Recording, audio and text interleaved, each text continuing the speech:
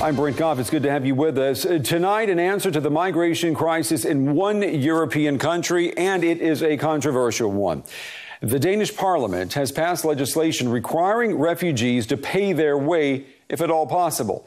It also triples the time that they have to wait before family members can join them. Human rights groups and some governments here in Europe calling the move discrimination. Danish lawmakers say it's the only way to finance a generous welfare system. Our coverage starts with the target of the new legislation.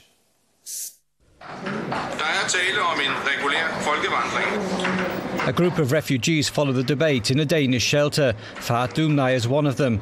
He can stay until the war in Syria is over. Now it's unclear if his children can follow anytime soon. Was coming here a good decision? No, I would never have travelled to Denmark. A vindication for many in the Danish parliament. The new laws are designed as a disincentive for refugees. Many of those who voted yes, and that was a vast majority, 81 of 109 in the chamber, know they are stretching refugee conventions to the limit, but say they've got no choice. Can the integration efforts succeed? Can we avoid parallel societies? Can we crack down on the suppression of women? Can we employ people? All this depends on the numbers of refugees, and right now there are too many arriving. The new law gives police the right to search migrants' luggage and confiscate items valued over €1,340. Residence permits will be shortened from 5 to 2 years for asylum seekers who face persecution based on their race, nationality or religion. And finally, asylum seekers fleeing indiscriminate violence will have to wait 3 years instead of 1 to be reunited with their families. Opponents say the law is inhumane and that it damages the country. This is a disgrace for Denmark, and it will have many negative consequences for our reputation. Today, we're known for an inhumane, strict policy in relation to immigrants and asylum seekers. So this is terrible for Denmark, and it's terrible for its reputation.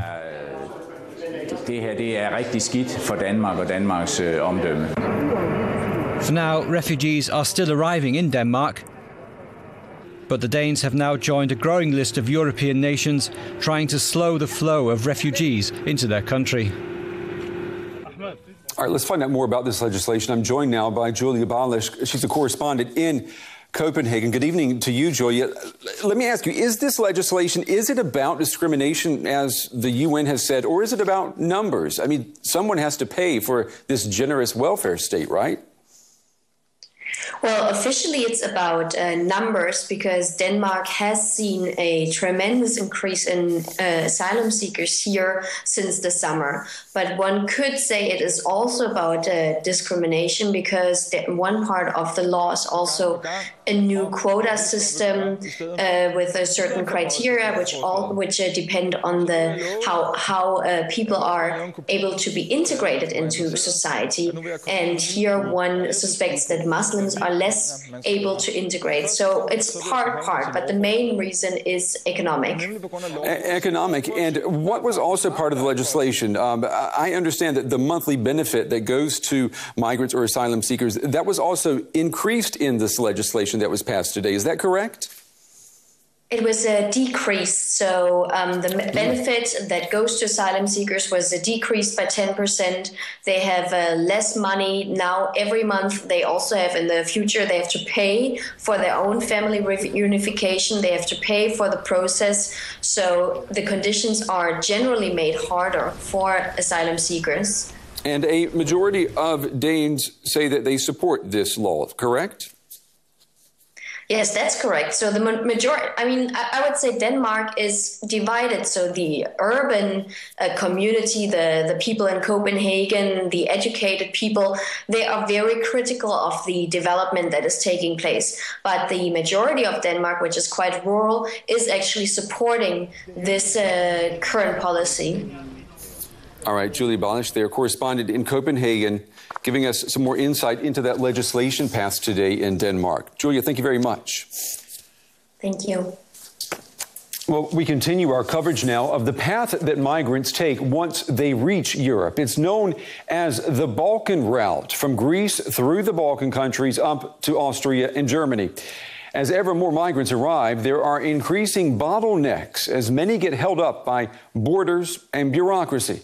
Our correspondent Goyim-Agenda is on the border between Macedonia and Serbia. One step closer. Samir has been on the road for 3 weeks now. His journey started in Aleppo, Syria. His ultimate goal is to reach Germany.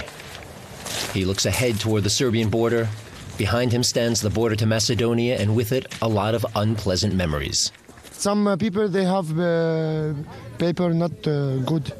Yeah, they make it, they pay money for bad men. They make it, and they come.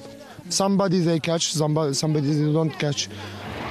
Serbia only allows people to enter who are from Iraq, Syria, or Afghanistan. These 2 Libyan men have been stranded in Macedonia for over 30 days. They are unable to afford the price of fake documents. A friend of mine tried going through the woods, but he got picked up by the police.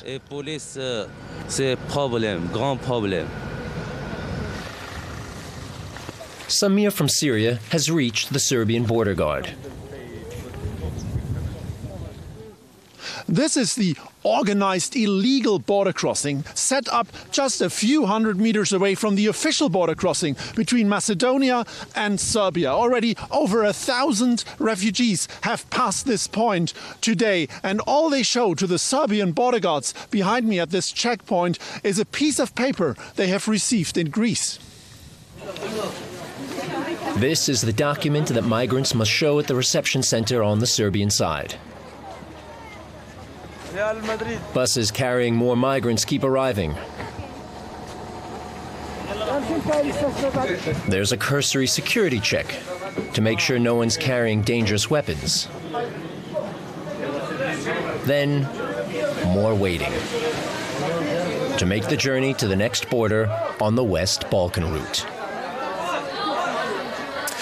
Yeah, back to our top story, Denmark. It is not alone in its political struggle surrounding the migration crisis.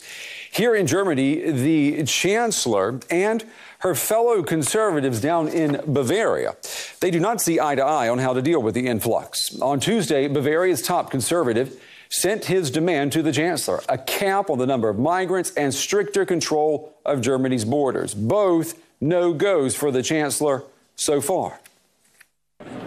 Smiles and handshakes among Germany's conservatives in the Bundestag, despite deep differences over refugee policies.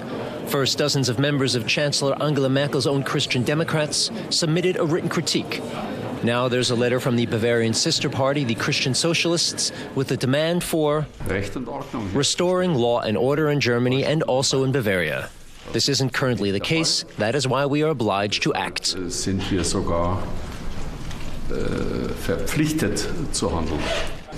The Bavarians demand a limit of 200,000 new refugees per year and robust controls at the German border.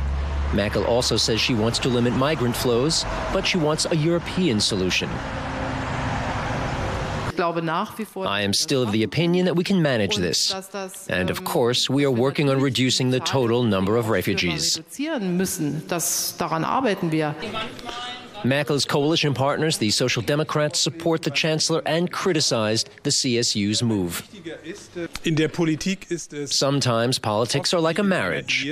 When you have nothing more to say, you write a letter. And when you litigate, then things are really over. Indeed, the CSU said that if the government does not act fast, the Bavarians will take the issue to the Constitutional Court.